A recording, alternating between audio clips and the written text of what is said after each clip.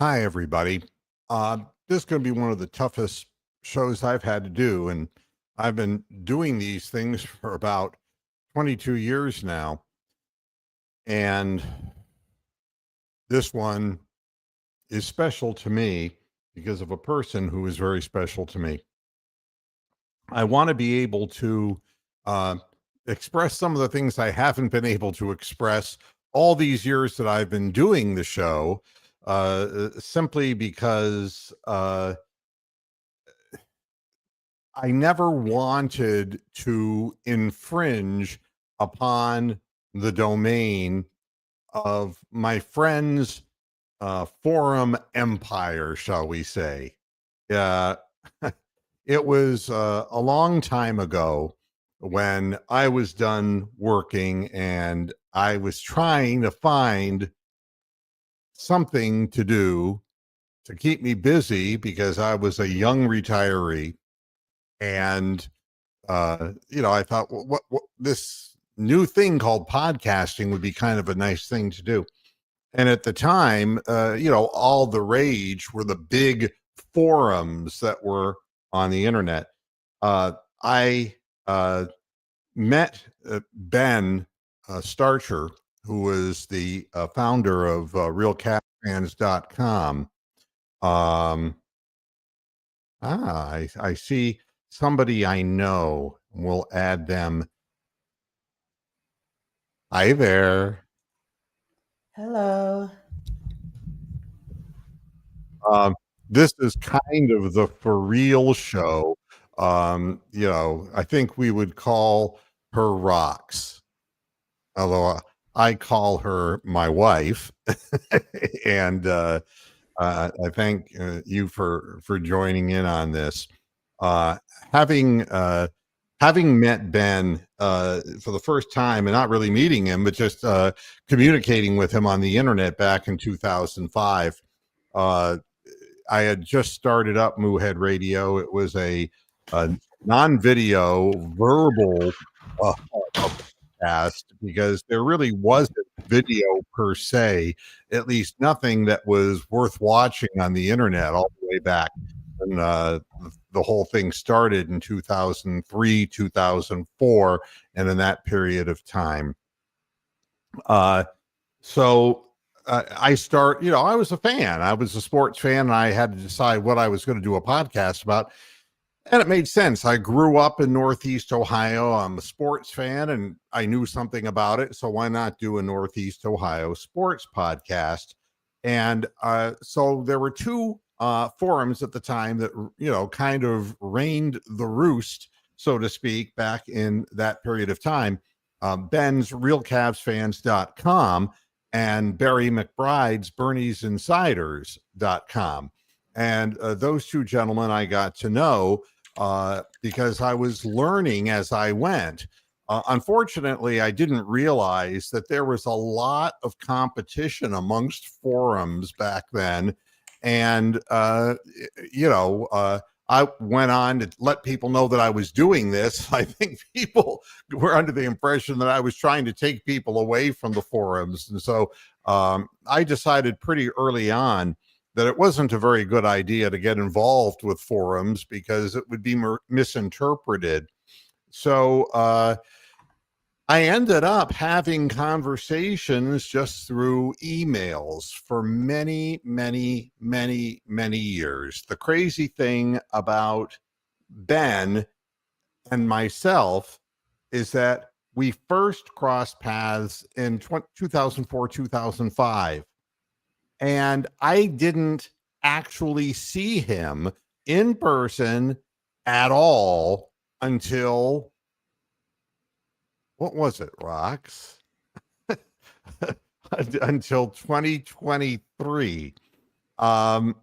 And the idea of moving back into the Ohio area for half the year, and the fact that Ben and I had been calling one another and all these years, just stuff that had nothing to do with business and had to do with the love we had for sports and getting to know one another over the course of a long period of time. Uh, he was the one who found the house that Rox and I live in to this day, 6 months out of the year. And he helped me by getting out with realtors and taking a look at things and shooting videos of things, taking pictures of houses, and kind of things that went so far over and above what anybody uh, who was a friend would do. Um, I wanted to explain something to people who are maybe joining us from the RCF site regarding Ben. Ben has been in bad health for many years. This was not something that was a totally unexpected thing. Uh, I wanted to share, and I don't do much of this type of thing. Um, this is an email I received in 2011 from Ben, and I just wanted to just read a little part of it for you so that you understand what the chronology and the time of all of this was. This was in 2011 in June. Um, I'm not around that much these days. I've spent almost 15 years working 60 hours a week minimum. And now that I'm free to do what I want to, when I'm catching up on some of my things I've been putting off doing all these years. Call it my bucket list before I start the next chapter of my life. I've even joined a gym and started a strict diet, hoping to lose 50 pounds by the first snowfall. I'm too young to act and feel crippled. I've also decided to take a year off of work before I start a new job. I've got the resources now to take my time before I decide what I want to do. I'm leaving for Indiana to see some old buddies on Wednesday. I grew out of my wanderlust by the age of 22, but these guys are still part of the carnival and are still at it. I've been to Johnstown, PA, and Grantsville, West Virginia in the past month, as well visiting family. I've forgotten how much fun not having to get up to an alarm clock can be. I'll talk to you soon, Ben. The next year, he had a massive heart attack. Um, I I don't want to get too personal with all of this stuff, but I want people to understand, if they can, um, that this is a person who, when I met him, was not only doing the forum stuff, but he had a furniture business that he was actually redoing old furniture, and he really did a magnificent job. He would take old pieces that he would get for very little money, and he would do all of the resurfacing and the lacquering and whatever to create the look of classic furniture, and then he would resell them. And he had this work, and it required a lot of work with his hands. He was very skilled with his hands, a great woodworker. And as the years went by, it was one thing after another for Ben from a health perspective that he really had no control over. His family, his father passed away at the age of 48 from a heart attack, and he inherited genetics that were not the best genetics in the world. And I think uh, a lot of what he went through was because of a number of reasons. But one of the things that he did before he was doing woodworking is he was a trucker for the longest period of time. He was a freight truck driver. He used to joke that he took more than his fair share of amphetamines to stay awake on the road. And he was, he was a hulking guy who could lift weight. He wasn't like tall, he was just strong. And as the years went by, he ended up having a heart attack. And this goes all the way back to 2012. And everything from there changed in his life. Uh, I witnessed the great rise in the subscriptions at realcavsfans.com. The arrival of LeBron James in Cleveland had a lot to do with that, with the Cavaliers. And a lot of the work that Ben put into that site, people didn't realize how much of a labor of love and how difficult it was trying to keep up with technology all the way back then, when technology was not quite as simple as it is today. But the constant updating of servers and of content, it was a full-time job for him. The people who are members of realcavsfans.com uh, realize how much went into that through the years. If you're wondering why I scheduled this show at the same time that the Ohio State Buckeyes are playing Oregon, it's because I wanted people here who cared about my friend more than about a college football game. And it's something that I hold in my heart very deeply. Uh, so I never had much of an affiliation with RCF, except for a while when we were doing a podcast on there, but it just became impossible to keep co-hosts. I ended up finding a co-host who people who go back with Moohead Radio would remember. Leroy would remember, Dave would remember, a number of people who were doing the sidekick kind of thing with me through the years. And Dave is still alive. Leroy passed, and now, unfortunately, Ben has passed too. The conversations that we had were so wide and varied, but we came to a conclusion about one another that we both felt that doing things for people was an important thing, and that being grateful for what people do for you was also a very important thing. And it, as I said, he was airlifted to Akron General Hospital after his first heart attack, which was a major heart attack that he incurred a tremendous amount of heart damage. And that was back in 2012. His second heart attack was in the period of 2020. He had a third heart attack that I didn't really talk about. I don't share this kind of things with people on the podcast last year and earlier in the year. And the amount of damage that his heart had incurred, he was unable to do the kind of work that he wanted to do. And I would be lying if I said that I didn't see firsthand him weaken over the course of the last year and a half. Although you never expect something horrible to happen, the fact of the matter is his medical records would indicate that he had the beginnings of congestive heart failure, and he and I spoke on many occasions about the end stage of congestive heart failure and not wanting to get to a point where he could do nothing at all and would just be a weight on everybody. I'll tell you this much. He was never a weight on me. He was a reason for me to go back and rediscover things in Ohio.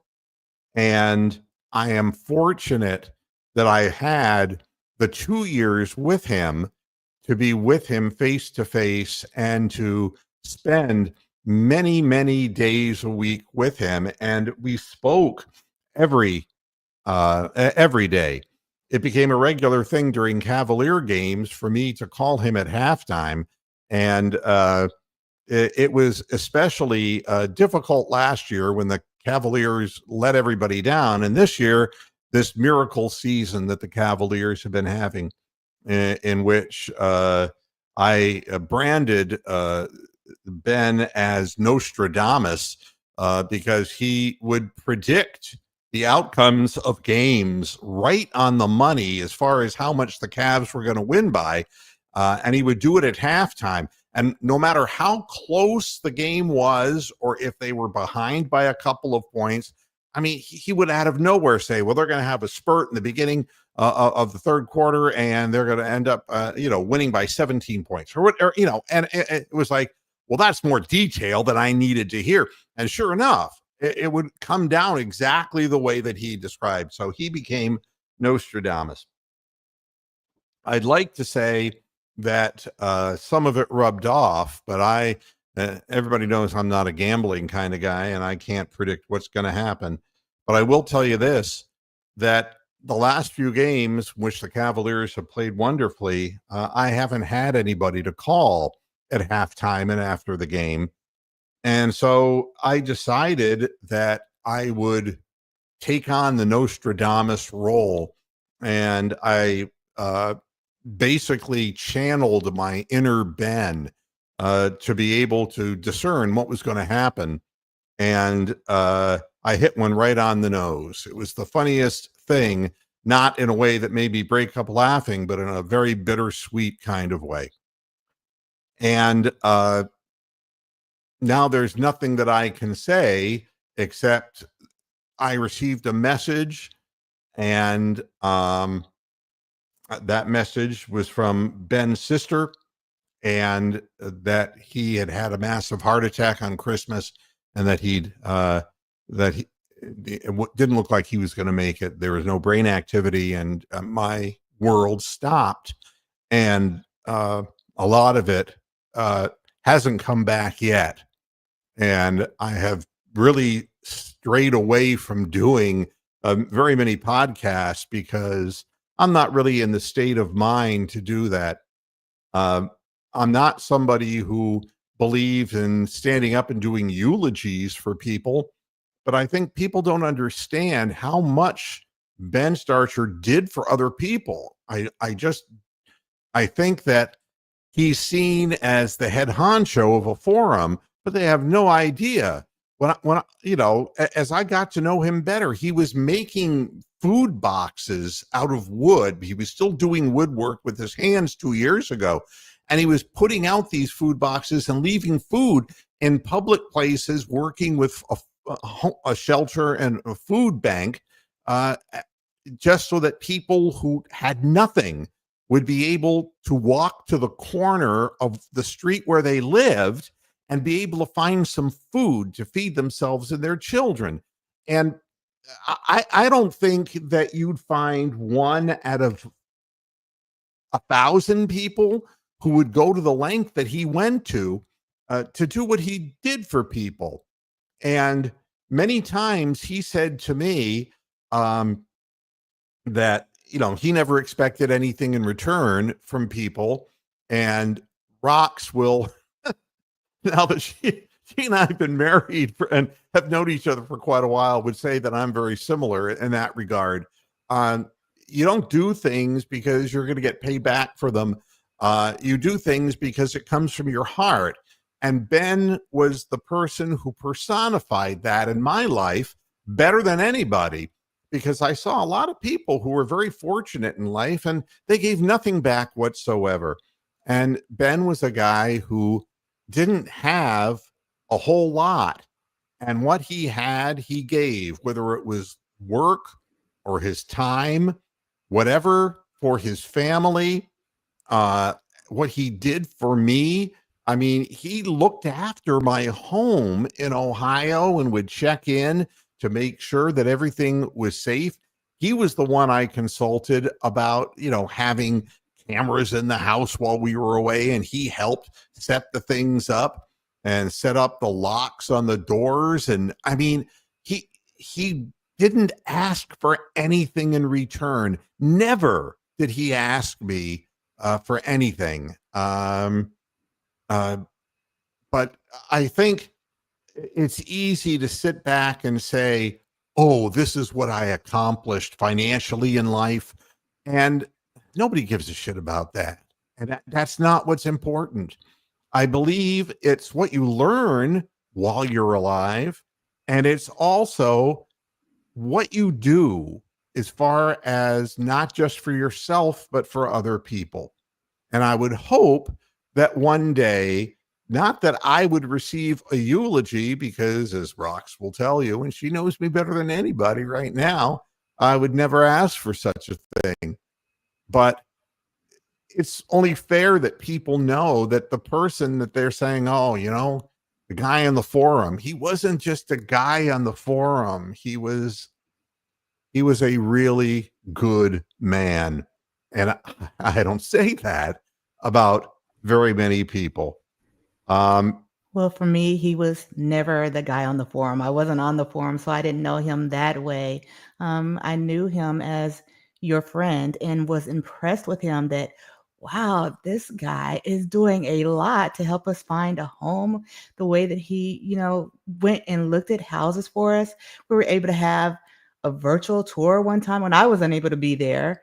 There was a virtual tour where he met with a real estate agent and went through the home. So I felt like before I ever moved into our home in Ohio that I had seen it because of him.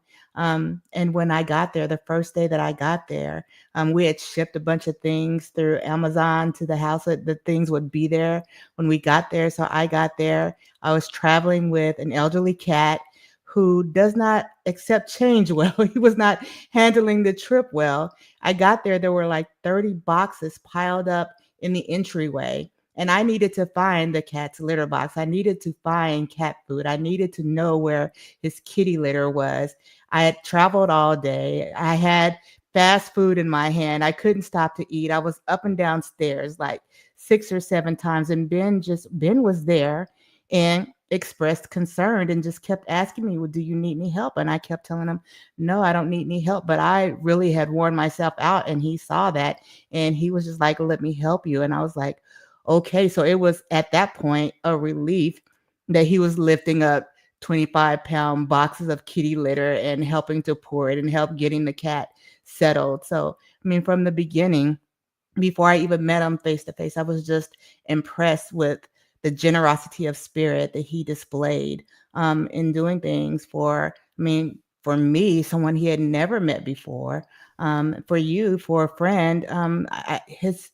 He was just exemplary in that regard, and as far as a friend, from what I could see. So yeah, I'm really gonna miss him. He was great to have over to the house. He was just so smart, so funny. When I was doing keto, like he was supportive of that. He was a good cook and made keto meals and introduced me to keto rice that I didn't know about. So he was just really great. Just really great.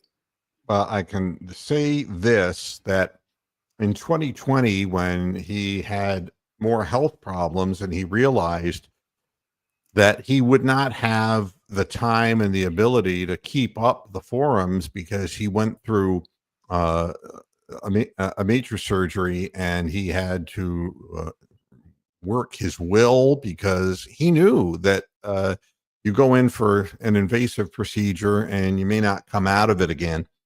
Um, and he asked me if I would be interested in taking over the Real Cavs Fans forum for him because he couldn't keep up with it anymore. And what I said to him was the honest truth. And uh, there's no way that I could do that, because I could never do a better job or half as good a job. And I wouldn't have had the just the desire and the dedication to do what he did. And I'm glad that Sebastian and the people who currently have kept that franchise alive on the internet are doing their thing, because I've never been a forum guy. I'm a broadcast guy. I'm too busy trying to figure out how to turn verbal podcasts into video podcasts, and how to have video co-hosts and all of that nonsense, because it filled in my time, but I was not technically oriented the way Ben was to keep that site going. And he sure as hell did a great job of that. uh, I wanted to share some stories that are will give you an idea of what he was like, rather than just the person who would pop up on the forum. Here's a great story. We first got the house in Ohio, and the front lawn was dying. I mean, the people who owned the house didn't take nearly good enough care. The house was built in 2018, and but they just didn't take good care of it, and the lawn was like yellow. I mean, and there are all these nice yards around, and this thing looked like shit, quite honestly. And while Ben was at the house taking care of some things, the guy who was the lawn guy for the previous owner of the home just shows up and he starts doing yard work. And it was after the house had been sold. And Ben goes out and he goes, "What are you doing?" And the guy goes, "I'm doing the yard." And Ben says, "Well, you can save yourself the work. Look at the yard, for God's sakes. It's dying. Didn't you notice that there's like no grass growing and it's, you know." And the guy said, "Look, I have, permission from the owner of the previous owner of the house." He goes, "That's previous owner of the house. And if this is representative of the work that you do, then we don't want you to do this." And the guy got angry and he came into the house, rang the doorbell, and handed his business card to Ben and said, "Whoever you hire is going to go out of business and you're going to want me back then." And Ben took the card and ripped it right in front of his face into like confetti and threw it up in the air on the floor and just stared at him. And the guy left. And I thought, this illustrates him to a T. Ben didn't put up with shit from people. He was good and he was kind-hearted. But at the same time, Ben knew the right way and the wrong way about going about things. And he did not suffer fools particularly well. So that story is one thing. The next story is even better. So we find the house and end up buying the house, move into the house, and Ben gives us a picture. And I'll spill the beans on today's program that the house is located in the village of Doylestown, Ohio, which is not exactly the well-traveled route. Okay, a very small, quiet village in Northeast Ohio. In fact, a lot of people who would be listening to this program, mainly later, because it will be after the football game, because this is just one more podcast to a lot of people. It's off the beaten path, and you'd have to be looking for Doylestown to actually go into Doylestown. All right. And so he sent a picture and he goes, "This is a housewarming gift." Open up the picture and it's Rox and I superimposed in essence with a picture of Eb and Mr. Douglas and Mrs. Douglas from Green Acres. And this thing sat on the mantle of the house. And I said, "That is your housewarming gift?" And he was just laughing hysterically. He thought that was just funny as hell. I was the fish out of water. I was living in rural Ohio, and nobody could mistake me for a particularly rural person. Ben, on the other hand, he fit in just great because he wore big old jeans and he had a big old beard and he didn't always trim it, and he didn't give a shit about the way he looked. He just, just like the farmers in greater Doylestown area, he was a working guy and he didn't care. He fit right in. But me, I'm like fucking Mr. Preppy moving into Doylestown. There is a standing thing that he said. He goes, that I owed him for what he did as far as with the realtor. And the deal was that I had to accompany him to various food destinations because he loved his food, God only knows. And it was not healthy food, it was trucker food. And you can see that I need truckers' food like I need a hole in my head. So he said, but you have to agree to eat once, or a couple times during the course of the 6 months that you're here at a place that I recommend. So I'm like, all right, I can do that for you. I figured, what the hell? I'm losing weight. I could find salad on the menu or something. He goes, no, no, no, you have to eat something representative from that restaurant. I said, okay, okay, okay. So he comes up with the thing that disturbed him the most, Barberton chicken. And if you don't live in Northeast Ohio, Barberton has been a kind of a hard hit area. And it is really right on the boundary line of Doylestown, in essence. But it's been a hard hit area economically. The fortunes of the community haven't been great. But they're famous for a thing called Barberton chicken. And if you've never eaten it before, I would urge you not to.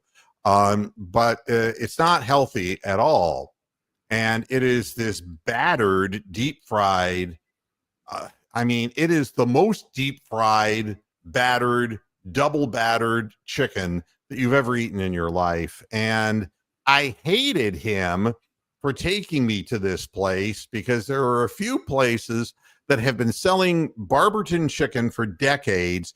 And he took me to one of them, and it was disgusting. And he laughed because he agreed that it was his least favorite chicken, but he was going to make me eat it.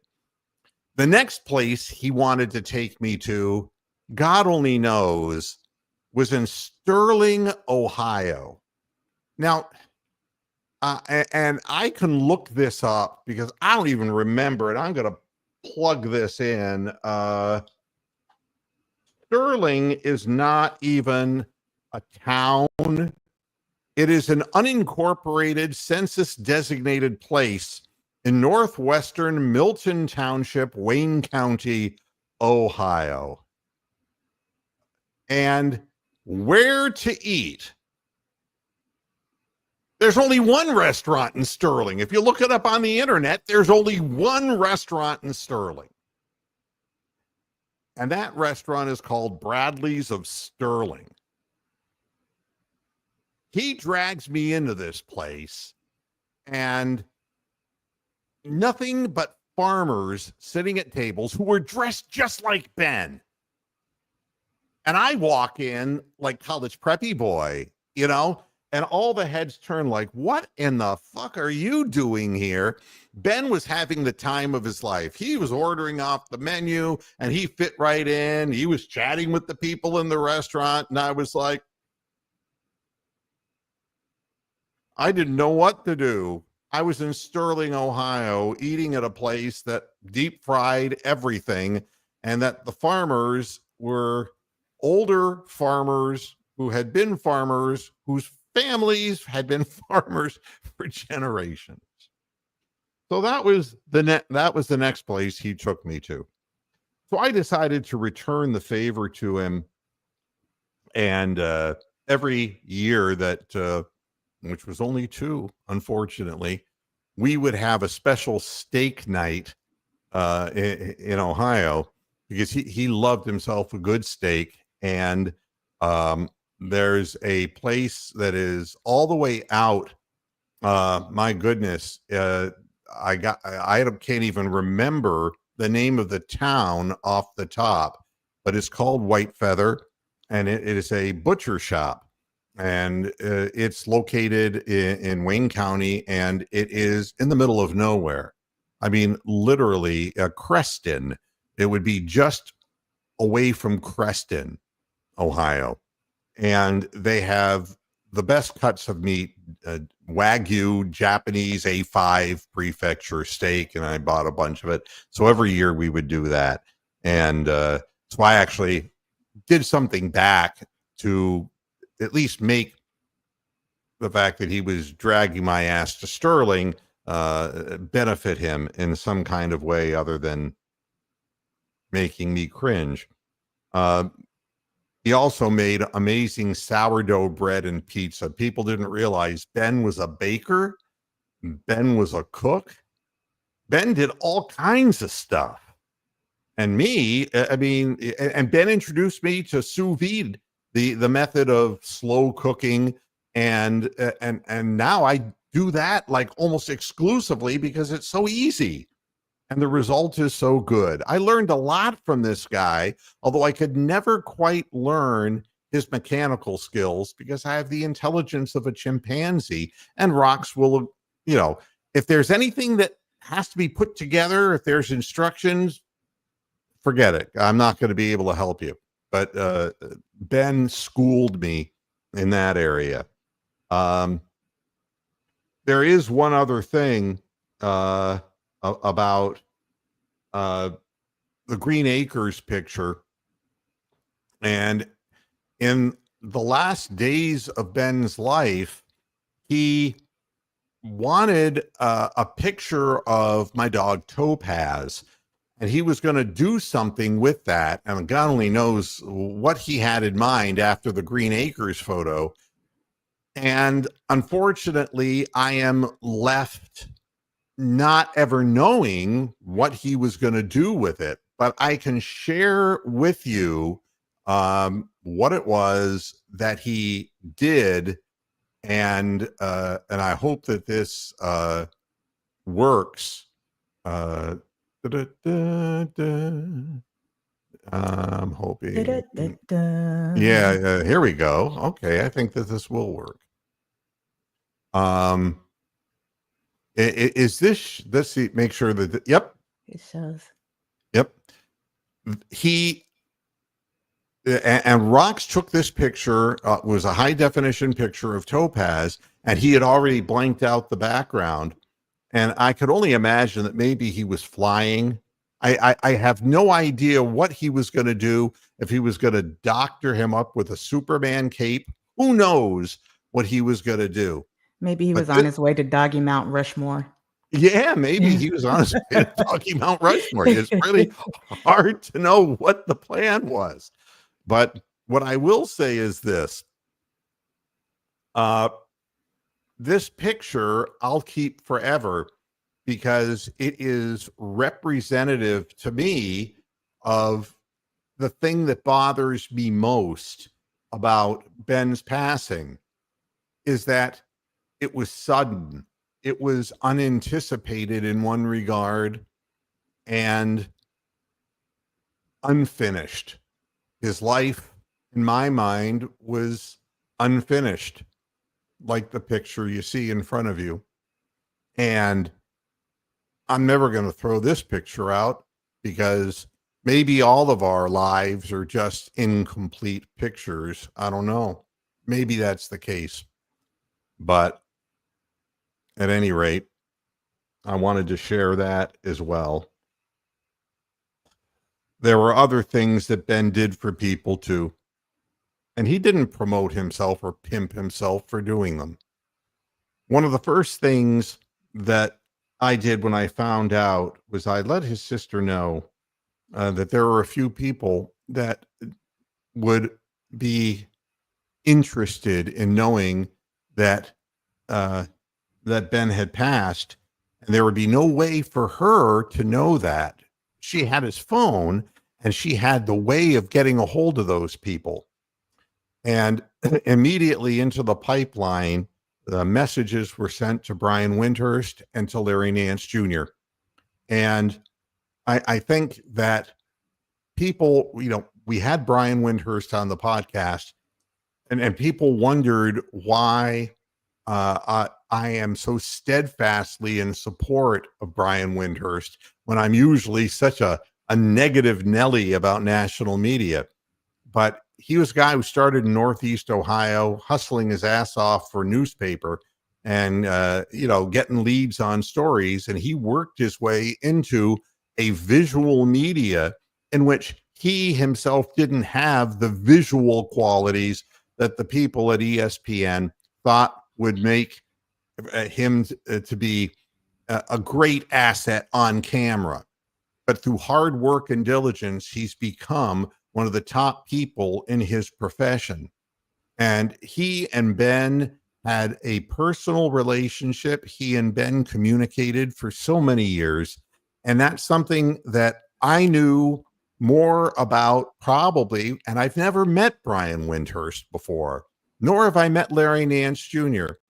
But I wanted to share the story about Larry Nance Jr. as well, because it will show you the type of person that Ben was.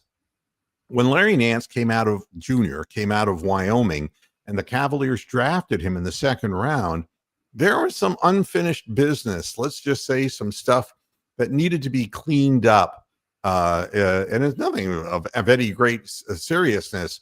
But when you're drafted in the second round in the NBA draft, you got to do everything right to hold on. And Ben gave some advice to Larry Nance Jr., and that advice helped Larry Nance Jr. And Larry Nance Jr., I say that because there was a Larry Nance Sr. in my lifetime, at least. And he's had a wonderful career. He's played for a number of teams. We actually figured out, Ben and I, that through all the contracts that he has had through the course of his career in different cities in which he's played NBA basketball, guy's made over $150 million. And his skill set is very good. And his body is a little frail. And Larry Nance Jr., when he found out that Ben wasn't doing well, helped Ben. And I won't go into any more details than that, except that I know that Larry Nance Jr. is a good man, and he's on our home team. He's the kind of guy that the Cleveland Cavaliers would be enriched by having back. And the fact is, he just broke his hand, and the Atlanta Hawks have not been willing to deal him. And it is, known that Larry Nance, having been born in Cleveland when his father was playing in Cleveland, loves the city. And but it isn't a basketball thing; it's a humanity thing. And Larry Nance is one of our guys. And there's too few of them in my lifetime that I can name who would just, a guy who never met face to face, just like me and Ben, that would help one another out. And that's the small club that we belong to. And all the donations that RCF has done through the years and continue to do now. I want to give huge props to the people there now at RCF for helping out Ben's sister and brother and helping them through this. They've raised over $5,600 to help pay for some of the services and things that will be needed. Ben, the last thing he did was giving, and that was his liver to a person who was at the end of life, who got a liver transplant that extended that person's life when Ben no longer, was able to be kept alive because there was no brain activity. He did his last great unselfish thing before he was taken off. And I want to add, hi, Dan, how you doing? You with me, Dan?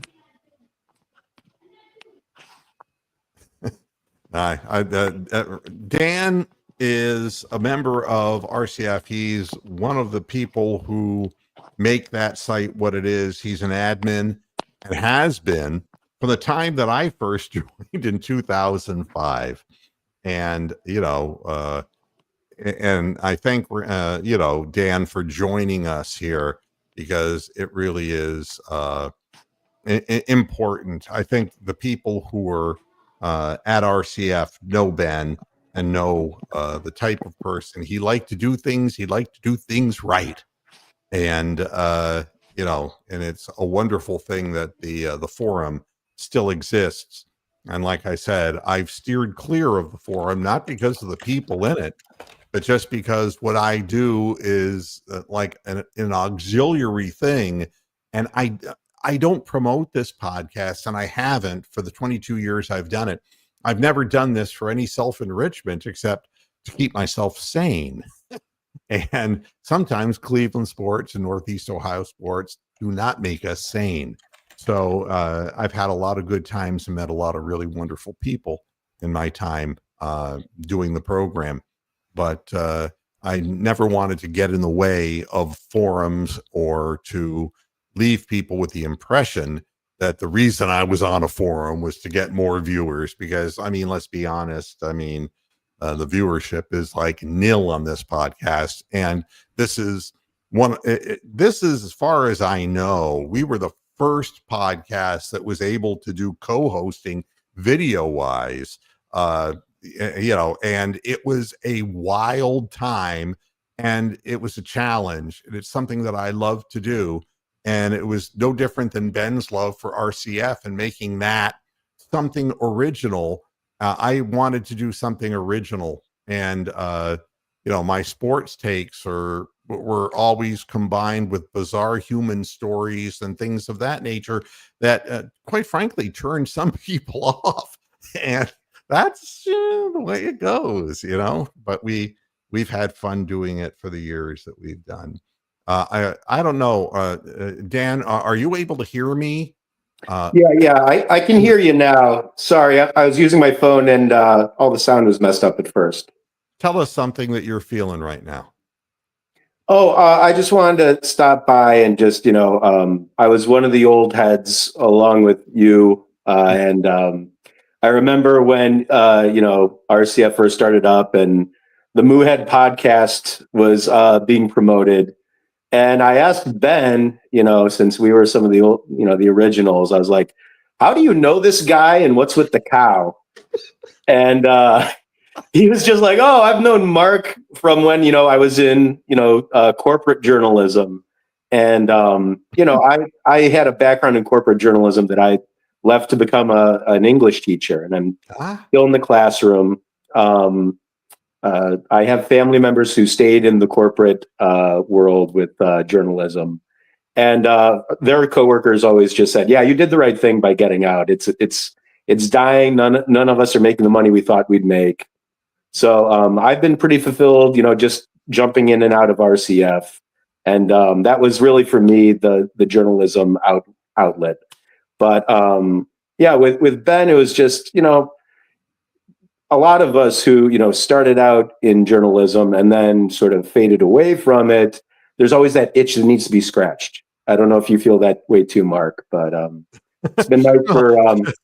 I was 17 years old. I was a disc jockey and I sucked.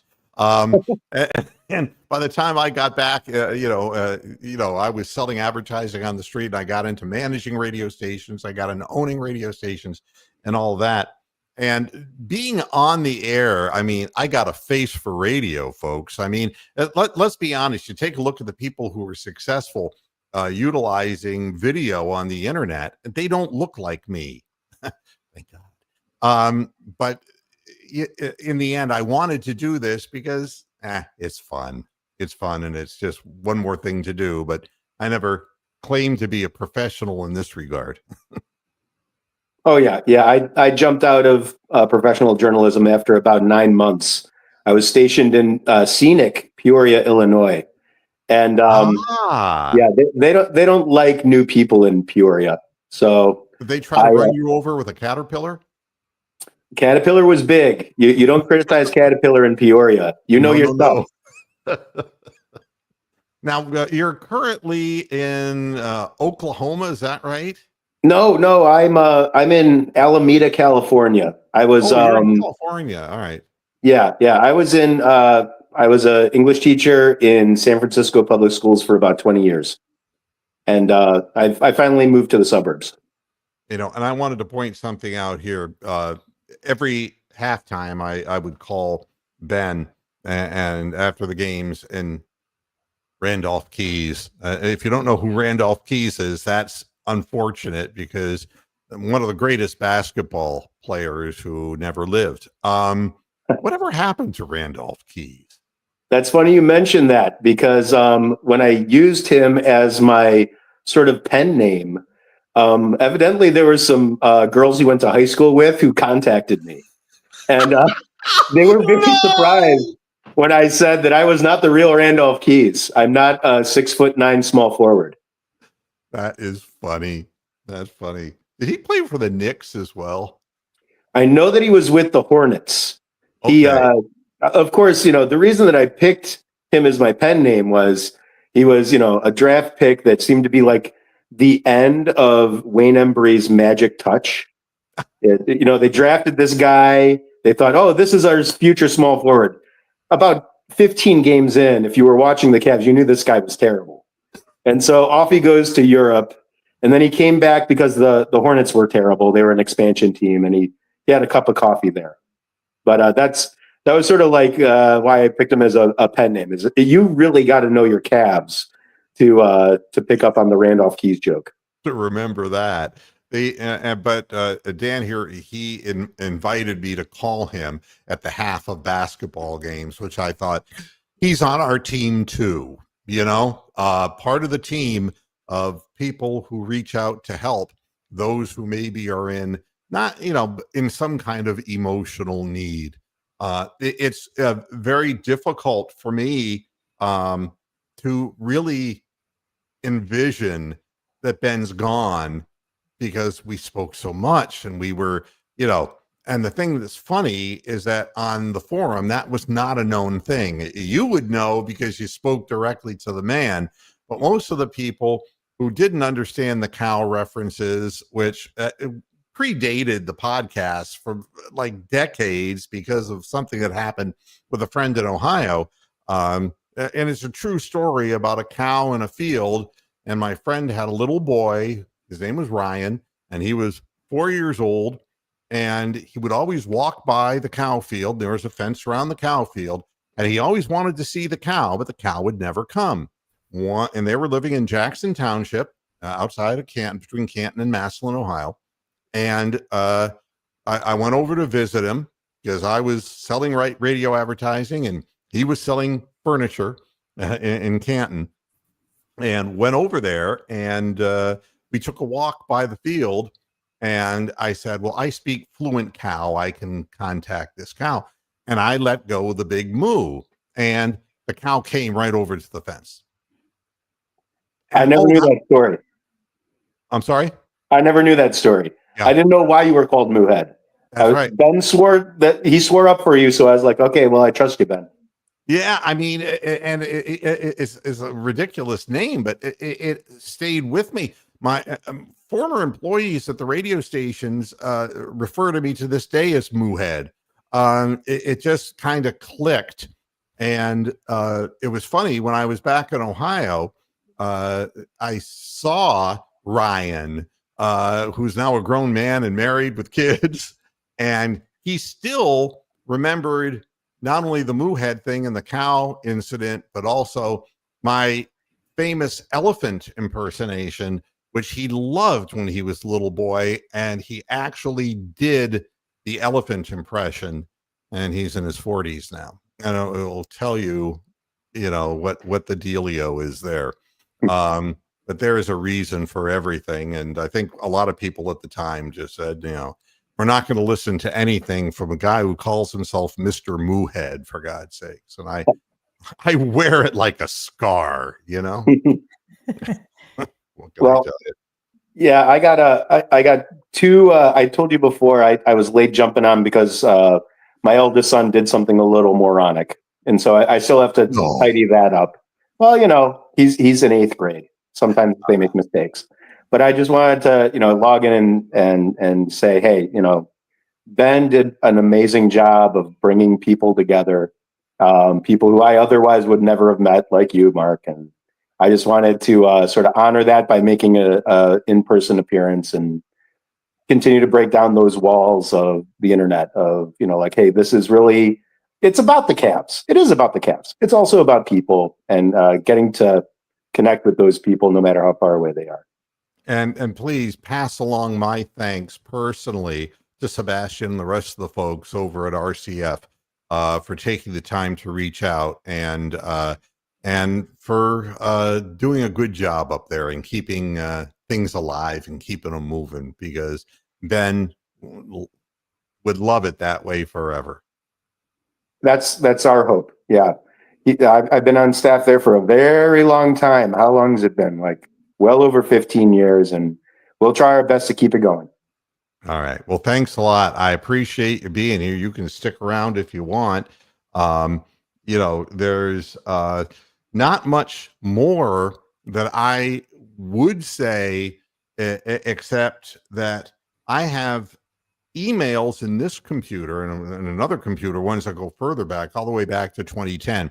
And today I've been reading a lot of those emails and getting an understanding of a historical perspective from the time that Ben stopped working because he was done with what he was doing, before he realized that his health was deteriorating to the point where he couldn't do anything. And it was, I think for him, it was an enlightenment. It was an enlightenment for me in a way, in my life, in a different way, is that you don't always find people who will help you when you are the one who needs the help. And, we would always keep reminding ourselves that doing things for other people is not because people will owe you anything, but it's because you do that because it's the right thing to do. And that is everything. And the reward is in your own heart. And good people will find a way to return favors in the way that they can, if they're good, giving people. And I just wish there was more of it in the world. But I was lucky to have known Ben for a long time.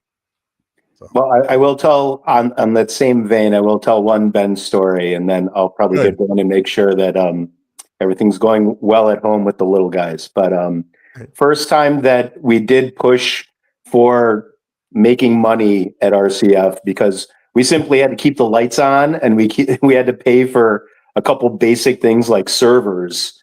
He puts out the first call for money from everybody. And I jump right on. I'm like, hey, as you know, I'm a public school teacher. $25. How do I get it to you? And he said, look, I'm not asking you. You work your ass off for this place every single day. I'm not taking your money.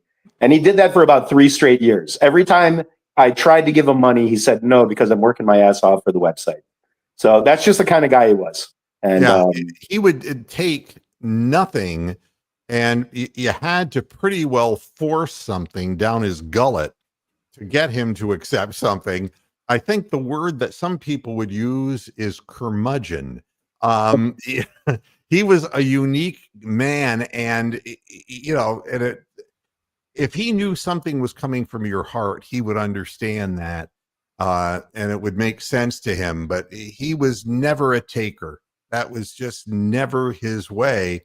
And and I used to say to him, it's like, thank God you don't invest my money. Like, dude, but not everybody is wired the same way. And Ben was wired more for what he could do for other people as opposed to what he was doing to enrich himself.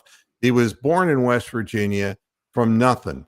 I mean, his family, the pictures I saw of an 1860s cabin that his family had passed down in West Virginia and also in Pennsylvania, an old cabin that was there, and the family where he lived, it wasn't an easy life.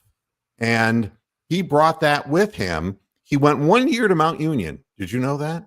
No, I didn't. Yeah.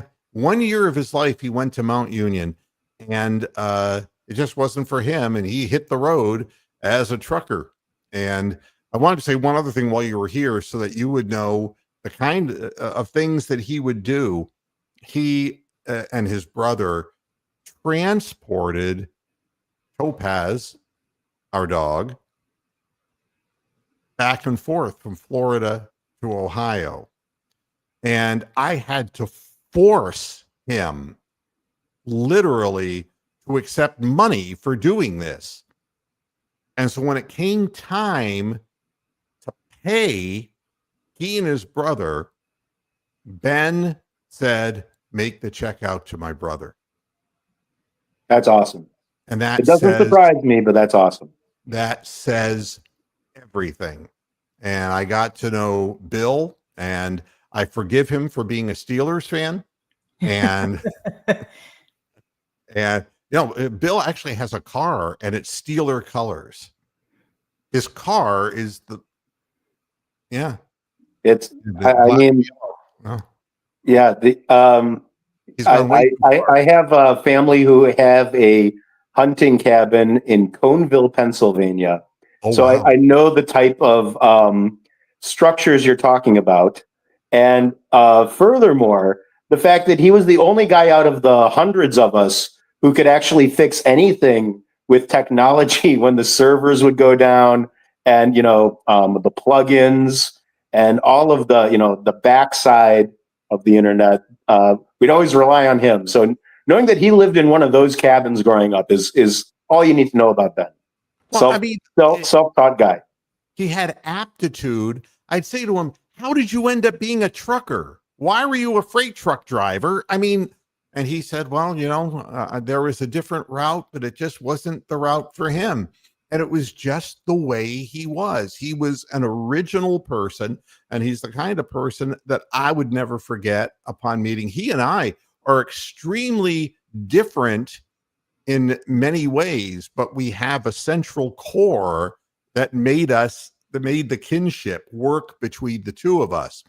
And I wish there was more people who understood that people could have different opinions than you, or maybe that they valued certain things differently than you, but you get along. I mean, not everybody was meant to be exactly the same. And what the hell? I flunked out of college.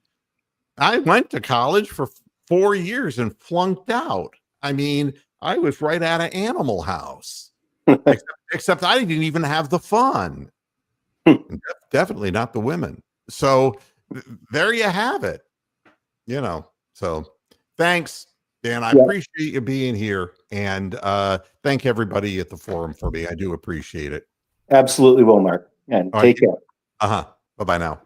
And everybody, I'm going to finish up, and personal thanks to Real Cavs fans and everybody there for helping out the family.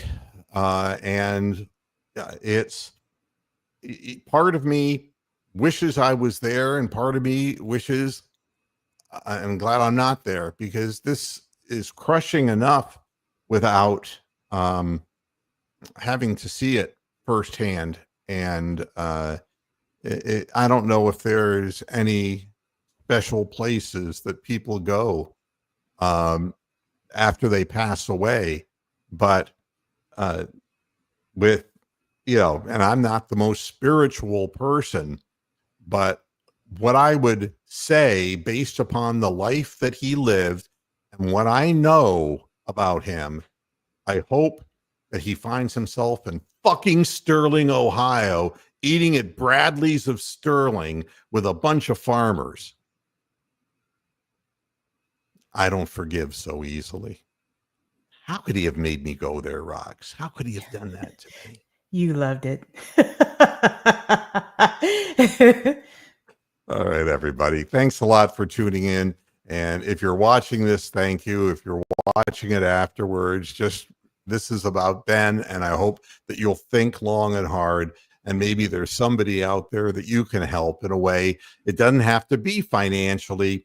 There's things that you can do for people who can't do things for themselves. Try to find something, one person that you can help. And if you take that and move it forward, then you've done your part. Thanks a lot for tuning in. And I'm going to jump into a shower and going to take Rocks out to dinner and find out what's happening with Ohio State, because I haven't the foggiest notion. And Rocks, thanks for coming on. I appreciate it. And that's Thank it. you. And everybody have yourself a good evening, and we'll be back with regular Moohead Radio or irregular Moohead Radio come Friday. There's one more football game. I keep telling myself, no, that's not the case, but there's one more Browns game to be played, and we'll be talking Cavaliers as well. Thanks for tuning in, and I'll be seeing you again soon. Until then, hasta la vista, Pasture Heads, and all the folks at RCF. Good night.